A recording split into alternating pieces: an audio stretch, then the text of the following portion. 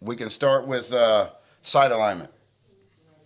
So I think for those that don't know, sight alignment is aligning the rear sights with the front sights so that most of them have three dots, or some of them, like Glock, has a field goal or goal post with a front dot or sight.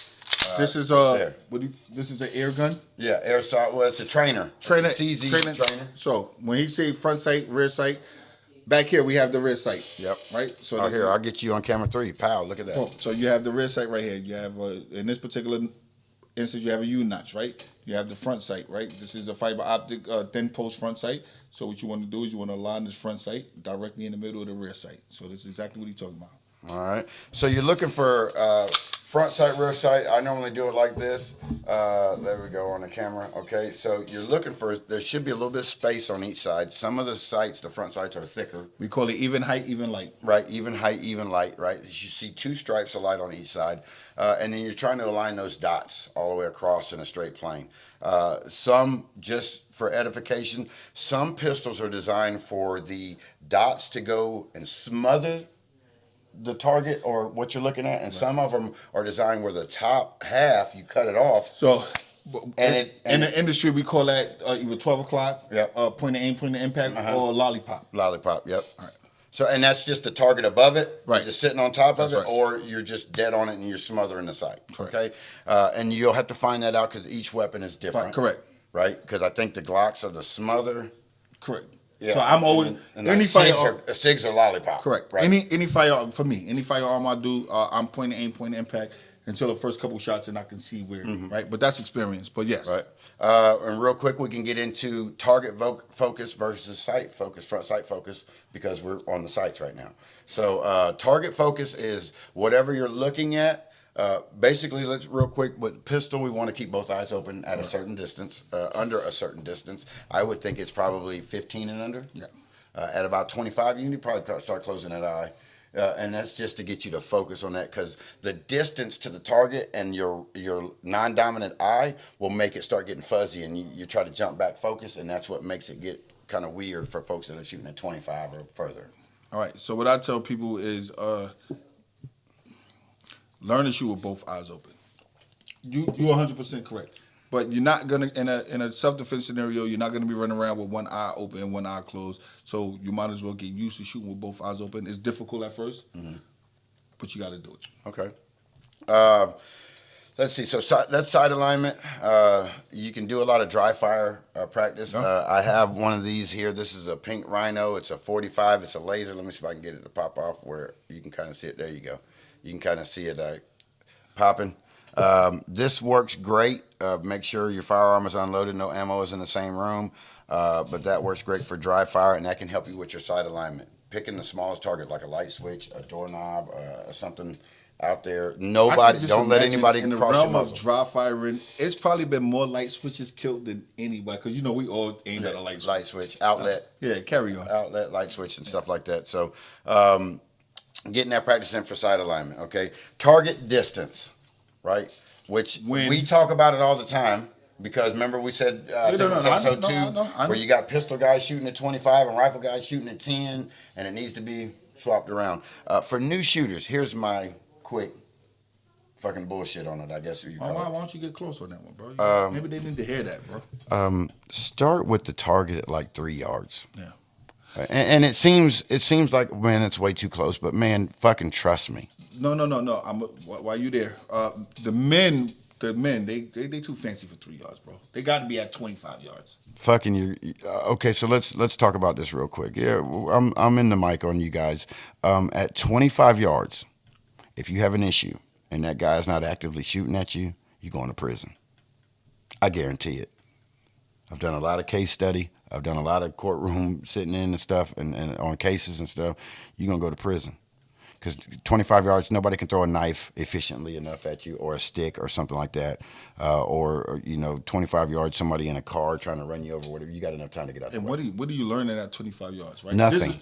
Because here's what you're doing. You're having to pull the target in every time to see what you did. So this is for the new shooters and the new shooters only. What are you learning at 25 yards, right? There's no consistency. There's no information. And when I say information, is Meaning that when I'm shooting, right, if I'm teaching a class, I'm targeted at 3 yards, 5 yards, right? There's instant information every time that trigger's pulled, right? All right, that shot is going low left, low right, wherever the shot is going. At 25 yards, how can you see that?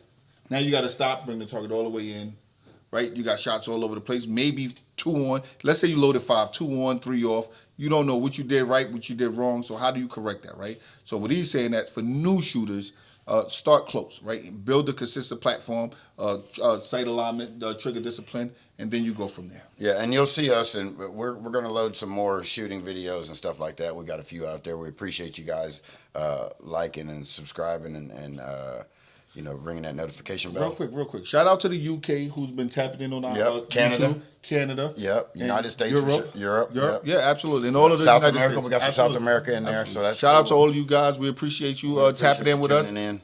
We new to this. We trying to inform and educate. So just bear with us. We'll get you there. Okay, so trigger manipulation. Chuck talks about it. That's his thing. You manipulate the trigger without the front sight moving. Manipulating the trigger. This is the number one thing or good piece of advice that I can give any new shooter is learn the trigger and the parts of the pull, right? So you have take up, which is from the trigger at static position. Slack, Take up, slack, right? Static position, and when you pull it back, you'll run into what's called the wall. Correct. Right? So it'll take a lot less pressure to get to the wall than it will to pull through the wall. Correct. So let's understand that, right? So we want to get to the wall. Most new shooters and advanced shooters, novice to advanced, issues with dropping shots, we call it, right? And that's where it nosedive, and you have a shot here, and all of a sudden you got one about a foot down. Is that anticipation is because they're pulling through the whole stroke of the trigger, and they're not knowing where the actual wall is, and it surprises them. Believe it or not, we're in the 1%. I would say, and I'm gonna be honest with you, I feel like 99% of the people don't know this information. As far as taking the slack out, getting to the wall, pulling the trigger through there, right? Right. I think 2 is this. The easiest way to accommodate what Chuck's saying about manipulating the trigger and not moving the front sight is to press the trigger through the brake. So most triggers at most, double action revolvers, 9 pounds, right? 11. 11, 9 to 11. 9 to 11.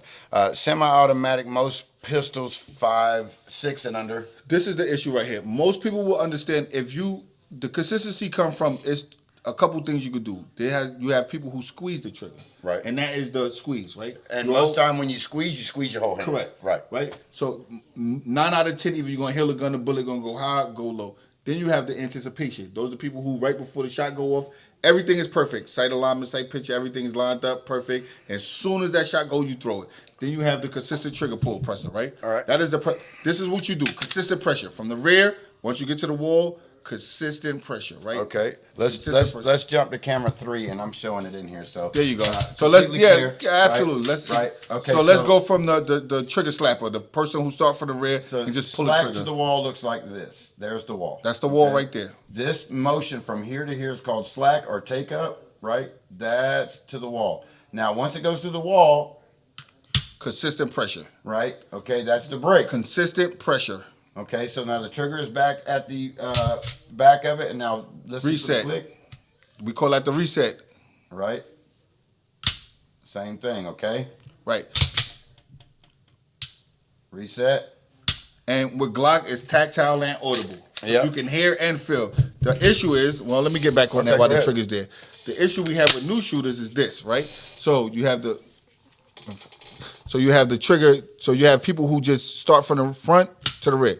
They squeeze the trigger. Or you have the people who know how to take the slack out, and as soon as the slack is out, they squeeze, right? So either way, when you squeeze, you're going to throw your shot. When you anticipate, you're going to throw your shot. We can go back to the big boy. Okay. When you anticipate, you're going to throw your shot. When you squeeze, you're going to throw your shot. If you want to shoot accurately, it's just take the slack out, get to the wall, consistent trigger press. But take a class, train with Chuck, or no, same dude, better version, Tactical Citizen. We're real big proponents on working the gun with the least amount of movement as possible. Yeah, and none of the fancy shit that a lot of these people on YouTube will have you think that you need to do, right? I watch videos. Listen, I shoot a lot of rounds. I watch videos just like you guys, and some of the videos I watch, I laugh at, right?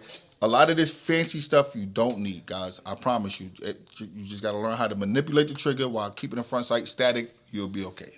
What I do is I try to change the terminology in mine. I know Chuck has kind of overviewed or kind of watched my process in training and stuff. I try to change the terminology because to me, pulling, when somebody says pull the trigger, I think most people who are new or even most people period think about pulling, and what happens is, right, when I pull something, tend to use my whole hand to pull. So what happens is that's what makes the shot go down. So when I'm looking and shooting and I pull, that's what makes that shot go down, right? So it's kind of like squeezing. Most people, when they squeeze left to right, when they're squeezing, over squeezing, they'll push the gun to the left or right because they're squeezing so hard. So when they do it, they'll pull it with that trigger. And that has a lot to do with your finger over gripping, over squeezing, too much trigger finger, too little trigger finger. So a lot. Look, it's a precise game if you're shooting for precision, right? Right. It's a precise game. Right. You got to learn how to do it. And it doesn't happen overnight. How many rounds do you have through a semi-automatic pistol to get where you at now? For me, it's been years of shooting. Years. So it's not overnight, right? Thousands. So if anybody could come in here and say, hey, look, I can make you feel comfortable with a firearm in a certain amount of time, but if anybody could tell you, hey, I can have you shooting an X out every time, they're lying to you. In 2 hours, it's not going to happen. So, and I want to tell you like this. Chuck's a fucking badass shooter. I proclaim to be pretty fucking good myself. Oh, yeah.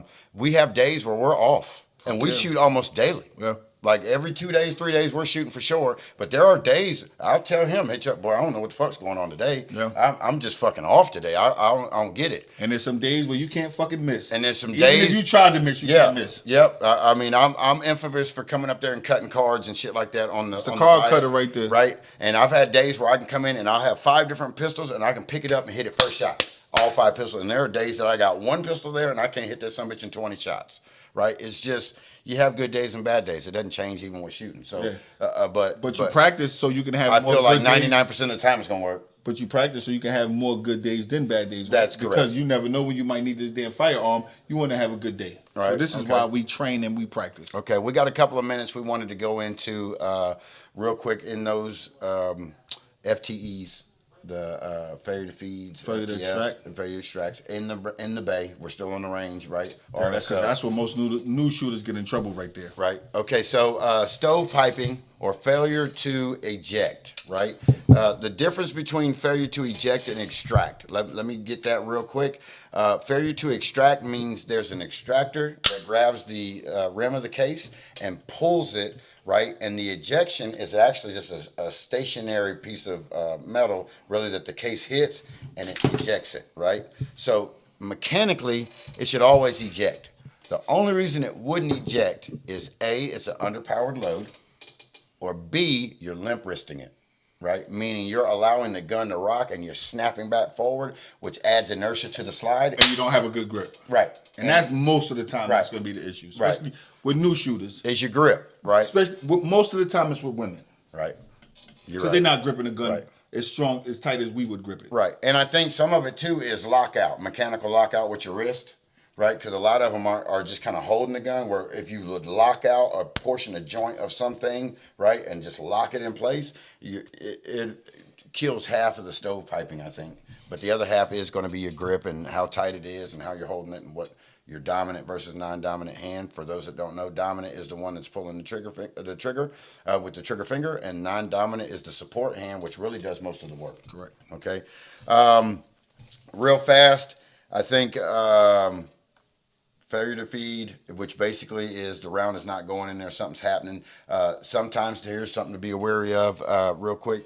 Sometimes hollow point, JHPs, you have certain guns that the attitude angle in the magazine, especially the ones that got the polymer tips. It'll hit the hood. That happens a lot with 45 ACP. Right, yeah, a lot of with 1911s. Because you got to check the hollow point, the how big the opening is, because in 1911s the ramp is super steep. Right, some of the striker fires, they have a steep ramp too. That hollow point will catch the top hood of the chamber and it won't feed the round. right? Listen, And you have those happening. New shooters, if you have any of these features, failure to feed, failure to extract, if there's not a range safety officer, put the firearm down, keep it pointed down range, come out to the front, you get one of the people behind the counter, and we can help you. Do not bring the firearm in that condition with a magazine in it upstairs or upstairs to the sales floor. It happens a lot, and most of the time you're gonna get a bad reaction. Yeah. And I know a lot of times as a new shooter, you feel like, damn, they're screaming at me. But you got to understand, you just came upstairs with an unsafe firearm in a condition that can possibly go off at any moment. So at all times, you keep the firearm pointed down range, leave it there. If there's not a range safety officer, RSO, you come up, or wherever, it's upstairs, outdoors, wherever you go, you come to the counter and you get a qualified person to help you. Awesome.